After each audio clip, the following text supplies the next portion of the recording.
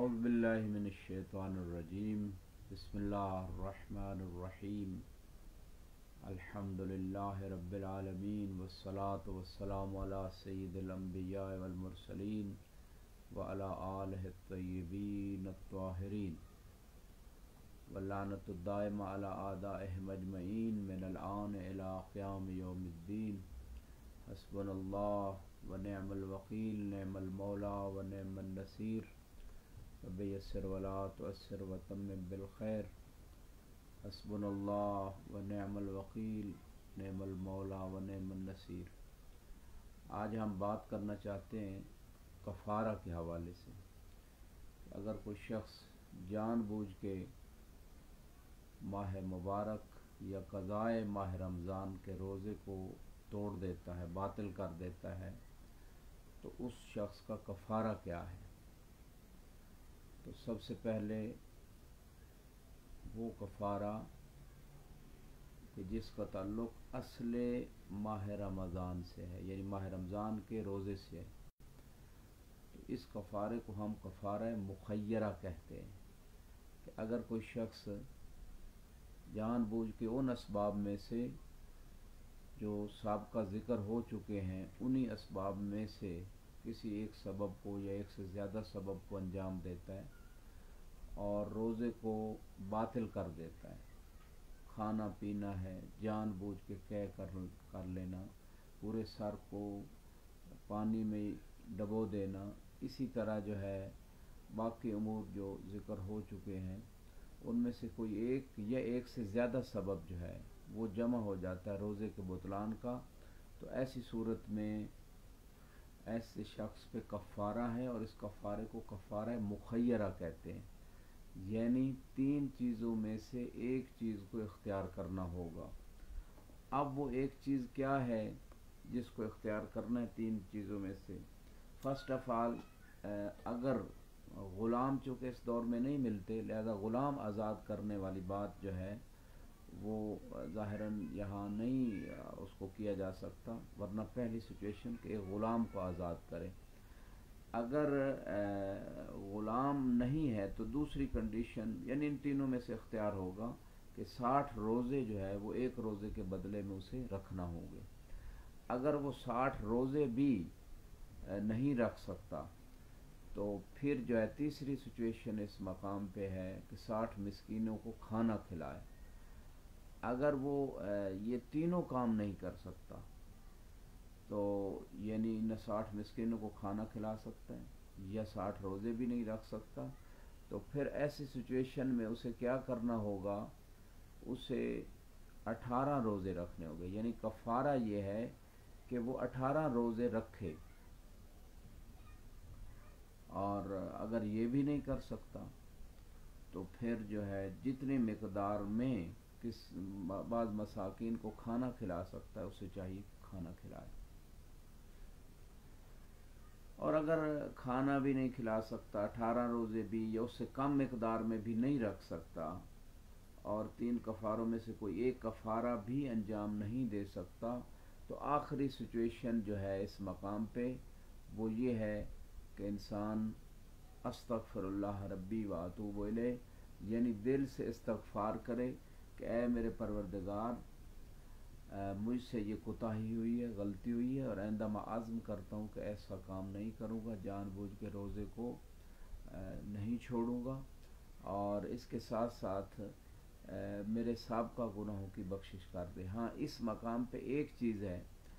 کہ اگر انسان بعد میں متمکن ہو جاتا ہے 60 روزے رکھنے پہ یا 60 مسکینوں کو کھانا کھلانے پہ، تو ایسی صورت میں اس پہ واجب ہے کہ وہ ایسا کام کرے، اگرچہ وہ بعد میں ہی متمکن کیوں نہیں ہوتا۔ اب اگلی صورتحال کی طرف آتے ہیں کہ یہ تو تھی کفارے کی سچویشن اور کن اسباب سے کفارہ واجب ہوتا ہے۔ اب اگر قضائے ماہ رمضان کے روزے کو زوال کے بعد کوئی شخص جو ہے وہ باطل کر دیتا ہے بغیر عذر شرعی کے، تو ایسی سچویشن میں اسے 10 مسکینوں کو کھانا کھلانا ہوگا، اور اگر یہ نہیں، یہ مرتبہ ہے یعنی اس میں اختیار نہیں ہے، اس میں اگر یہ نہیں کر سکتا تو پھر 3 دن روزے رکھے۔ اور پے در پے ان روزوں کو رکھے۔ یہ تھا قضاء ماہ رمضان کے حوالے سے۔ اور اب سوال یہ ہے کہ کیا اگر ایک دن میں ایک شخص کسی ایک سبب کو انجام دیتا ہے، مطلب کھانا کھاتا ہے یا پانی پیتا ہے یا کوئی اور کام جو بطلان روزے کا سبب ہے، کیا وہ اگر بار بار اس کو انجام دے رہا ہے تو کیا کفارہ بھی بار بار دینا پڑے گا، یہ ایک ہی کفارہ؟ یعنی کئی مرتبہ کھایا، کئی مرتبہ سر پانی میں ڈبویا، اسی طرح کے غبار کو گلے میں لے گیا،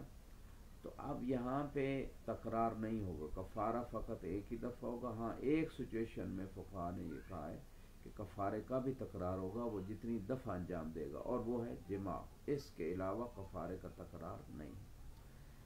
ایک اور مسئلہ جو اس مقام پہ بہت امپارٹنٹ ہے، اس کی طرف توجہ ضروری ہے۔ اگر کوئی شخص حرام کام سے روزے کو افطار کرتا ہے اور باطل کرتا ہے، ایک تو یہ کہ افطاری کے وقت افطار کرتا ہے،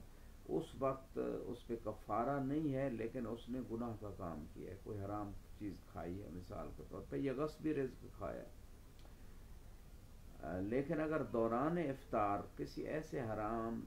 کردہ چیز جیسے نعوذ باللہ شراب ہے یا کوئی خود چیز فی نفس ہی تو حرام نہیں ہے، لیکن اس چیز کا اس شخص کے لیے استعمال کرنا مضر ہے، مثال کے طور پہ ڈاکٹر نے اسے سگریٹ سختی سے منع کیا، اب اس کے لیے حرام ہے سگریٹ کا استعمال، تو سگریٹ پہ اس نے افطار کر لیا۔ اور ایسی سچویشن میں اگر حرام چیز پہ روزہ افطار کرتا ہے یا باطل کرتا ہے تو اس کو تینوں کفارے جو ہیں وہ دینا پڑے گا، اکٹھے جم کرنا پڑے گا کفاروں میں۔ اگر غلام آزاد کرنے کا مورد نہیں ہے، غلام نہیں ہے کہیں پہ، تو پھر دو کفارے جو ہیں، 60 مسکینوں کو کھانا بھی کھلائے اور 60 روزے بھی رکھے، یہ ایک دن کے روزے کے بدلے میں۔ اگر کوئی شخص جان بوجھ کے پورے مہینے کے روزے یا پوری زندگی اس نے نہیں رکھے یا سال ہی روزے نہیں رکھے، کوئی عذر شرعی نہیں تھا، نہ سخت مریض تھا، نہ حائض عورت تھی، نہ نفاس کے عالم میں تھی، نہ سفر میں تھا، نہ بہت زیادہ بزرگ تھا، اس طرح کے جو مسائل جن میں روزے کی جو ہے وہ چھوٹ ہوتی ہے خاص حالات میں، ایسا کوئی عذر شرعی نہیں تھا، پھر بھی اس نے کافی عرصہ پوری زندگی یا کئی مہینے روزے کو ترک کیا، جان بوجھ کے چھوڑا، تو ایسے شخص کا کفارہ کئی مہینوں کا جو کفارہ ہوگا وہ اس کے ذمہ ہوگا۔ اگر متمکن ہے تو اس کے وہی ترتیب جو پیچھے میں عرض کر چکا ہوں۔ ہاں البتہ ایک حدود اور تعزیرات کے جہت میں بھی ایک جنبہ آتا ہے سزا کا، کہ اگر امام علیہ السلام کے پاس حکومت ہے یا مجتہد جامع شرائط کے پاس حکومت ہے، یہاں تک کہ بعض علماء نے لکھا کہ وہ فقیہ جس کو سلطنت ہے اپنے خاندان کے اوپر، اپنے اس محلے یا قریے کے اوپر، جہاں تک اس کا دائرہ اختیار ہے اور اس اختیار میں لوگ ہیں اور اس کا حکم چلتا ہے، اس کے اوپر واجب ہے کہ وہ حدود و تعزیرات کو جاری کرے، یہاں تک بھی بحث موجود ہے۔ اور ایک روزہ چھوڑنے کی سزا 25 کوڑے ہے، اور 2 روزہ چھوڑنے کی سزا 50 کوڑے، 3 روزے تک 75 کوڑے، اور اس کے بعد چوتھی صورت میں قتل حکم ہے شریعت میں۔ اور یہ شرعی حکم جو سختی کی جاتی ہے بعض مقامات پہ، تمام وہ سختی انسان کی مصلحت کے لیے، جیسے قصاص میں اللہ سبحانہ وتعالیٰ نے انسان کی زندگی قرار دی ہے، اسی طرح یہ جو حدود و تعزیرات ہے اس میں سوسائٹی کے انڈیویجول اور اجتماعی جو مفاسد اور مسائل ہیں اس کے پیش نظر یہ احکام خدا نے ہمارے لیے قرار دی ہے۔ اب آتے ہیں دوسرے مرحلے کی طرف، نہج البلاغہ، جس میں امام امیر المومنین علی ابن ابی طالب علیہ السلام کلمات قصار میں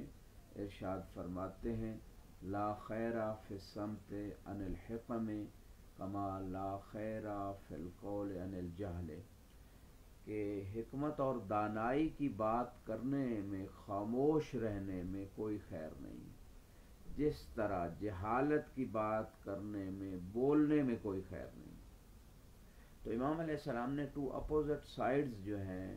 وہ انسان کی خاموشی اور بولنے کی جہت سے ان کو بیان فرمایا ہے، کہ اگر بات دانائی کی ہو، حکمت کی ہو تو وہاں بولنا چاہیے، بلکہ فقہی اعتبار سے اگر ہم دیکھیں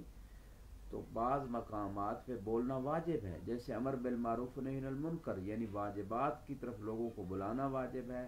حرام کاموں سے روکنا واجب ہے تو یہاں بولنا واجب ہے. یہاں خاموشی جرم بھی ہے، گناہ بھی ہے. اور بعض امور میں بولنا مستحب ہے، جیسے ایک مستحب کاموں کی طرف بلانا، مکروہات سے روکنا مستحب ہے، اور ذکر خدا جیسے مستحب ہے.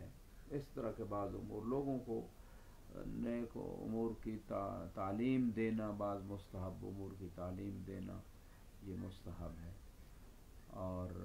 بعض ایسے کام ہیں کہ جن کا تعلق حرمت سے ہے، یعنی بولنا حرام ہے. مثال کے طور پہ کسی کی غیبت کرنا، بدعتیں پھیلانا،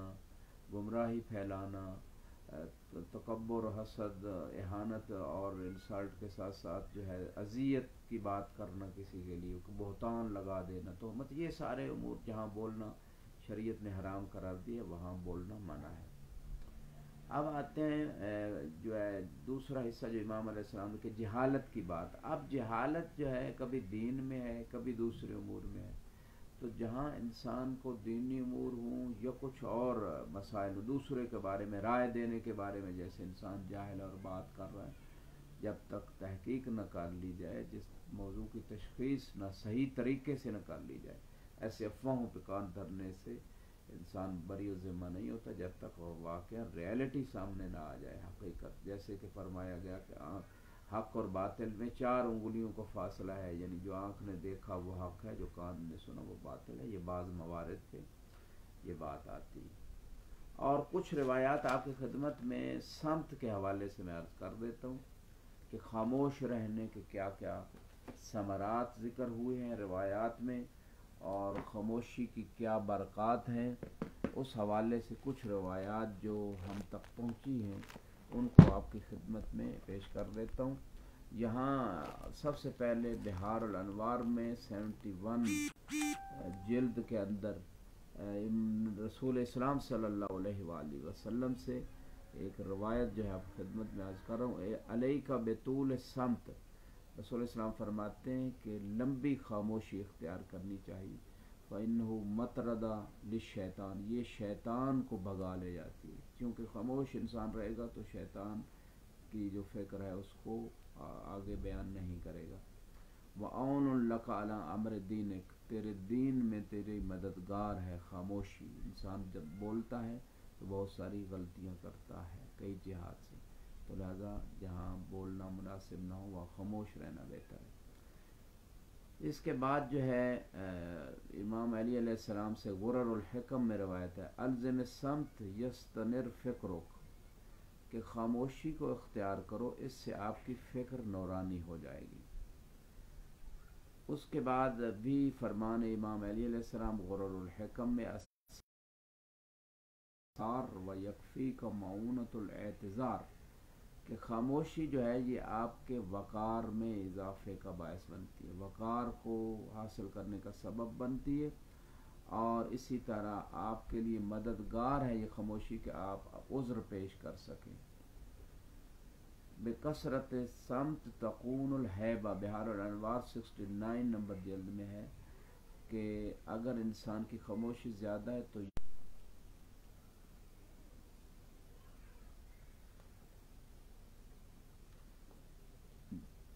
جی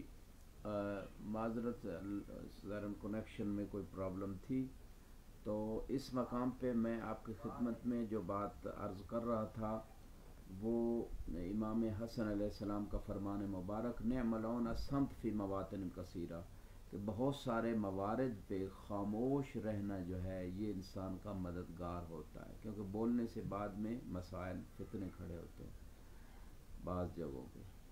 امام زین العابدین علیہ السلام فرماتے ہیں کلام فی حق خیر من سقوط علی باطل، ہاں حق میں بولنا بہتر ہے کہ اس سے کہ باطل کے اوپر انسان خاموش رہے. اس کے بعد جو ہے فرماتے ہیں الصمت کنز وافر و زین الحلیم و ستر الجاہل، کہ خاموشی یہ ایک وسیع خزانہ ہے اور حلیم شخص کی زینت ہے، اور جاہل کے لیے ایک پردہ ہے، کیونکہ جاہل جب بولے گا تو غلطیاں کرے گا. النوم راحت للجسد والنطق راحت للروح والسکوت راحت للعقل، کہ نیند جو ہے وہ جسم کے لیے راحت کا باعث ہے، اور بولنا روح کے لیے راحت کا باعث ہے، اور خاموش رہنا عقل کے لیے سکون کا باعث ہے۔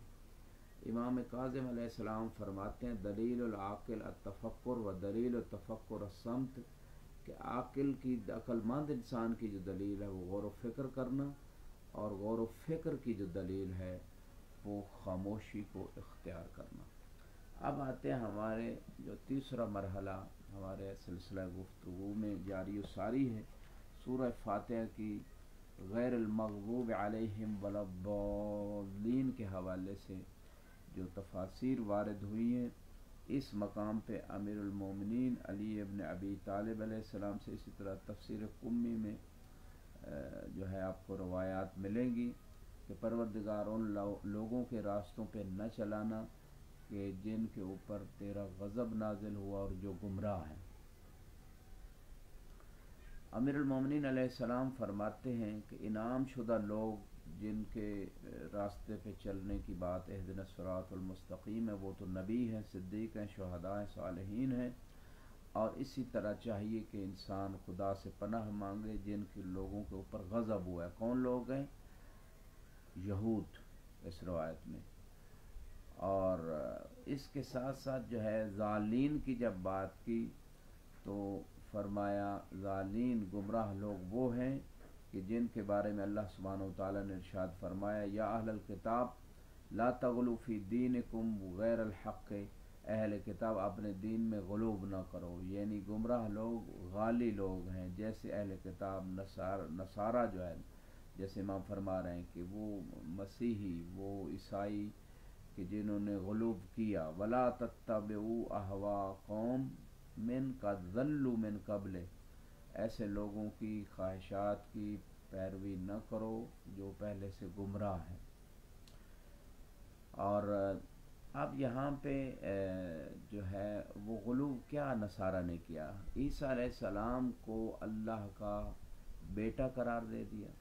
اور تیسرا خدا مان لیا، اس وجہ سے ان کو غالی کہا گیا، گمراہ کہا گیا۔ اسی طرح دوسرے مقام پہ روایت ہے الضالون، گمراہ کون سے لوگ ہیں؟ الشقاق الذین لا یعرفون الامام، کہ وہ یہ شک کرنے والے لوگ جو امام کے مقام میں شک کرتے ہیں، بھلے والذین لا یعرفون الامام، اور جو امام کو پہچانتے نہیں، امام کی معرفت نہیں رکھتے، امام کو امام نہیں مانتے، 12 امام میں سے کسی کو، یہ گمراہ لوگ ہیں۔ اور اسی طرح روایت میں تفسیر قمی میں ہے کہ جو شک کرتے ہیں مقام امام میں، یہ بھی گمراہ لوگ ہیں۔ تو دونوں جہتیں اس روایت میں بیان کی گئی ہیں، اور مغضوب جن پہ غضب ہوا ہے یہود کے ساتھ نصاب کا بھی ذکر ہے تفسیر جو قمی میں، ناسبی لوگ بھی جو ہیں ان پہ اللہ کا غضب ہے۔ تو دونوں جنبے بیان کیے گئے روایت میں کہ جو دشمنی رکھتے ہیں اہل بیت سے وہ ان پہ اللہ کا غضب ہے، اور جو اہل بیت جو ہے ان کے بارے میں غلوب کرتے ہیں، اور جیسے عیسائیوں پہ وہ بھی جو ہے ان کے اوپر اللہ کا غضب ہے۔ اور گمراہ لوگوں میں سے کون سے لوگ گمراہ ہیں؟ وہ لوگ ہیں کہ جو اہل بیت کے مقام میں شک کرتے ہیں یا اہل بیت کو امام نہیں مانتے۔ یہ تھا خلاصہ کلام اس تفسیر قمی کے حوالے سے جو بیان کیا گیا۔ اب غلو کے حوالے سے اگر ہم بات کریں تو اس میں سب سے جو مین چیز جو غلو میں آتی ہے، جو روایات کی روشنی میں اور آیات کی روشنی میں جو بات واضح ہے کہ کسی بھی مخلوق کو اللہ کا مقام یعنی خصوصاً الوہیت کا درجہ دینا، الہ ماننا، معبود ماننا، اور ربوبیت کا جنبہ بھی روایات میں، کچھ روایات آپ خدمت میں عرض کر دیتا ہوں کہ ان کو رب ماننا اسی معنی میں جس معنی میں اللہ رب ہے، خلق و رزق و تدبیر کائنات خدا مستقل ہے، غیر خدا کو اگر اللہ نے اب جیسے فرشتوں کو والمدبرات امرا کہ تدبیر کر رہے ہیں فرشتے اللہ کے حکم سے، یہ اس سلسلے میں اگر کوئی سلسلہ آتا ہے سلسلہ طولیہ تو وہ اس میں شرک اور غلو نہیں ہے، جو خدا کی اجازت سے تدبیر ہو رہی ہے۔ انی اخلق لکم من الطین کہیئۃ الطیر، جیسے عیسیٰ علیہ السلام نے کہا کہ میں طین سے، مٹی سے جو ہے نا پرندہ بناتا ہوں، تو خلق کرتا ہوں. تو یہ معنی موجود ہیں غیر خدا کے لیے، لیکن خدا کی دی ہوئی طاقت سے مستقل نہیں ہیں. اور خدا مستقل جس معنی میں مختصر یہ خدا کو رب کہا گیا استقلالی طور پہ، اس معنی میں کسی اور کو رب ماننا یہ بھی غلو ہے اور شرک ہے. ہاں اذکرنی عند ربک، یوسف علیہ السلام کا قول جو ہے وہ سجین سے، قیدی سے، کہ اپنے بادشاہ کو بھی قرآن میں رب کہا گیا، وہ تدبیر ملک کرتا ہے، نظام ملک چلاتا ہے. اور یہاں پہ میں کچھ روایات جو ہیں وہ آپ کی خدمت میں ذکر کر دیتا ہوں جو غلو کے حوالے سے ہیں. اور تقسیر بھی ایک لمبی اس میں بھی گفتگو ہے، چونکہ وقت کافی ہو چکا ہے. انشاءاللہ آئندہ کا تفصیل کا بھی بیان کریں گے. مختصر یہ اہل بیت علیہ السلام کو امام نہ ماننا یہ تقصیر ہے، اور ان کی اطاعت نہ کرنا یہ بھی ایک تقصیر کا حصہ ہے. البتہ یہ تقصیر جو ہے وہ اخلاقی جنبے سے ہے، اور عقائدی جنبہ بھی اس میں آ جاتا ہے. اور ان کے مقام کو نہ ماننا، یعنی جو اللہ نے ان کو مقام عظمت عطا کی ہے، جو ان کو کمالات عطا کیے ہیں، جو فضائل عطا کیے ہیں، جو عقل کے مطابق ہیں، جو قرآن کے موافق ہیں، جو معتبر روایات کے موافق ہیں، جو مذہب کے مسلمات کے موافق ہیں، ان کو قبول نہ کرنا یہ بھی تقصیر ہے. اس شخص کو مقصر کہا جاتا ہے. غلو کے حوالے سے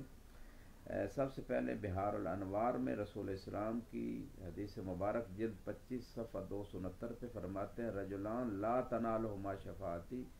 دو شخصوں کو میری شفاعت نہیں ملے گی. ایک ایسا شخص کہ جو بادشاہ ہے، صاحب سلطان، حکومت ہے اس کے پاس، اور وہ ظلم و ستم میں مشغول ہے. اور دوسرا شخص جو ہے غالی فی الدین، دین میں غلو کر رہا ہے. امام علی علیہ السلام فرماتے ہیں یہلک فی اثنان ولا ذنب لی، دو شخص گمراہ جو ہوئے ہلاک ہوں گے میرے وجہ، یعنی میرے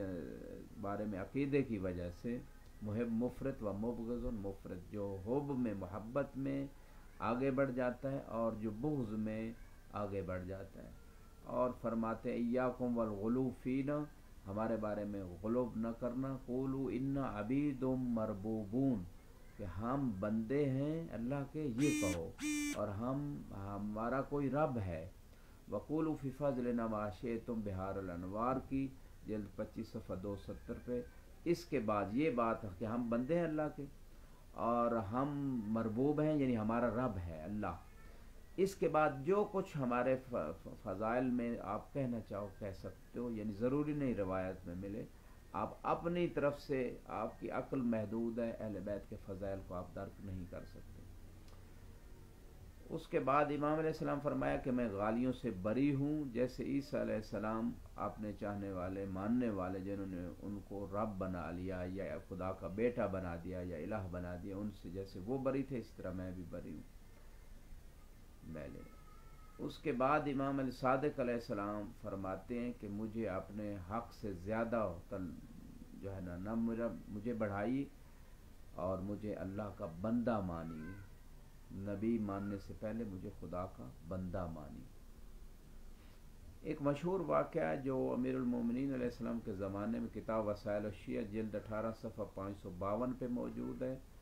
کہ ایک قوم آئی امیر المومنین کے پاس اور انہوں نے کہا یا ربنا، اے ہمارے رب. طبعاً اسی معنی میں انہوں نے رب کہا جس معنی میں اللہ رب ہے، استقلال کے ساتھ خدا کا انکار کر دیا اللہ کا. علی علیہ السلام کو رب ماننے لگے. تو اس معنی میں جب رب کہا جائے طبعاً غلو ہے. فاستتابہم، تو امام نے ان سے فرمایا کہ توبہ کرو. فلم یتوبوا، انہوں نے توبہ نہیں کی. فحفر لہم حفیرا، تو امام نے ایک گڑھا سا کھدوا دیا. وَأَوْقَدَ فِيهَا نَارًا، اس میں آگ جلوائی. وَحَفَرَ صَغِيرًا إِلَى جَانِبِهَا أُخْرَى، ایک اور گڑھا اس پہلے گڑھے کے ساتھ کھدوایا. وَأَفْضَ بَيْنُهُمَا، دونوں کے درمیان سوراخ بنا دیا. فَلَمَّا لَمْ يَتُوبُوا أَلْقَاهُمْ فِي الْحَفِيرَةِ، انہوں نے جب توبہ نہیں کی تو دوسرے گڑھے میں امام نے ان کو ڈال دیا. وَأَوْقَدَ فِي الْحَفِيرَةِ الْأُخْرَى حَتَّى مَاتُوا، امام نے پہلے حفیرے میں، پہلے گڑھے میں آگ جلوائی یہاں تک کہ وہ انہوں نے توبہ نہیں کی اور وہ لوگ مر گئے. امام رضا علیہ السلام فرماتے ہیں من تجاوز بامیر المومنین العبودیہ فہو من المغضوب علیہم ولا الضالین، جو علی کو عبودیت کے مرتبے سے بڑھا کر الوہیت کے مرتبے کی طرف لے کے جاتا ہے، تب یہی مقصود ہے باقی روایات کی روشنی میں امام کا، تو اس پہ اللہ کا غضب بھی ہے اور گمراہ بھی ہے۔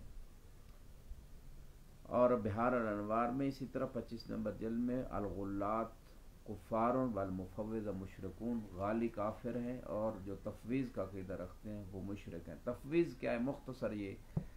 کہ اللہ نے محمد و آل محمد کو خلق کیا اور اس کے بعد کائنات کے تمام امور علی نحو الاستقلال انہی کے سپرد کر دیے، نعوذ باللہ، واللہ کا کوئی دخل نہیں ہے۔ یہ ہے تفویض کا عقیدہ، اور یہ قرآن میں یہودیوں نے بھی اختیار کیا تھا۔ قالت الیہود ید اللہ مغلولہ غلت ایدیہم ولعنوا، یہودیوں نے کہا کہ اب اللہ کے اختیار میں کچھ نہیں ہے، اور اللہ نے فرمایا ان کے ہاں اختیار میں کچھ نہیں ہے، ان پہ لعنت ہے۔ تو لہٰذا یہ قرآن سے بھی تفویض کا عقیدہ منکر ہے، اور اس کی نفی کی گئی روایات سے بھی، اور یہ لوگ مشرک ہیں۔ ہاں اگر کوئی یہ عقیدہ رکھتا ہے کہ محمد و آل محمد یا انبیاء علیہ السلام کو خدا نے طاقت عطا کی ہے، جو بھی تصرف فی الکائنات کی طاقت ہے، معجزات کے ذریعے، کرامات کے ذریعے، تو یہ خدا کی دی ہوئی طاقت ہے، خدا کے محتاج ہے، مستقل نہیں ہے، یہ تفویض نہیں ہے، یہ عین اقرار مقام اہل بیت ہے، اور یہ عین توحید ہے، اور یہ عین عقیدہ قرآن ہے، قرآن پہ عقیدے کے مطابق ہے۔ اگر کوئی ایسا عقیدہ نہیں رکھتا کہ ان کے پاس کچھ بھی اختیار نہیں، تو وہ قرآن کی ان آیات کی اور روایات کی اور ان واقعات کی بھی نفی کر رہا ہے جو واقع موجود ہے۔ خدا سب کو ہدایت دے۔ وآخر دعوانا الحمد للہ رب العالمین۔